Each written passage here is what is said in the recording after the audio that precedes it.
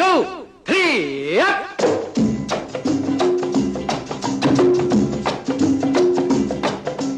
दुनिया में रहना है तो ये है वो इरेजर जो मैंने मीशो से सिर्फ 120 रुपीज़ में मंगाया है और इस बॉक्स में आपको मिलते हैं ये 4 पीस इरेजर के।